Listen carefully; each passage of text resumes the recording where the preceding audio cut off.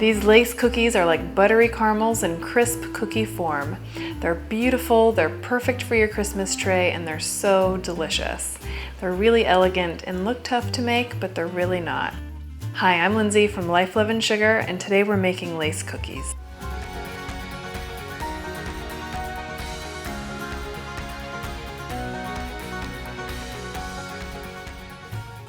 These lace cookies is actually made on the stove. So we're gonna add some butter and brown sugar and milk. We're gonna heat it over low heat until the butter and the sugar have melted. All right, so once it looks like the butter and sugar are melted, you can turn the heat up to about medium. And then we're gonna bring this to a boil, but just until it kind of begins to boil, and then we're gonna take it off the heat. Take this off the heat, and you're gonna add your almond flour and all-purpose flour, salt, and vanilla extract. And you'll stir all this together, and then you have this lovely caramely mixture. And we're gonna let this sit for about 5 minutes to cool, and then we'll scoop out our cookies.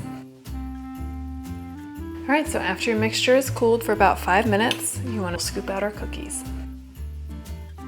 Make sure they're at least 2 or 3 inches apart on your cookie sheet because they will spread quite a bit in the oven.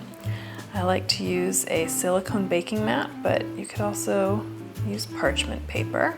And I like to shape them as much into circles as I can so that when they bake, they're more likely to keep that shape.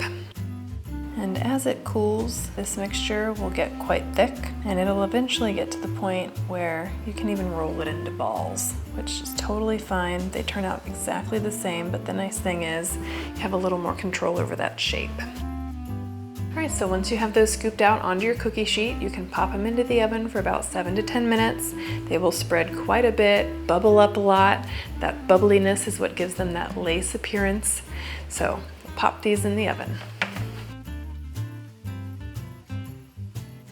All right, so after you bake a batch, they'll still be pretty soft. They'll firm up as they cool.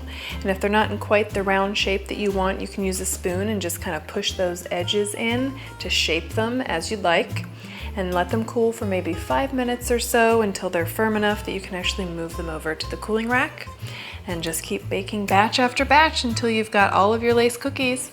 They're beautiful, they're so delicate and lovely, perfect for a holiday cookie tray. I know you're gonna love them. For the full recipe, head over to lifeloveandsugar.com.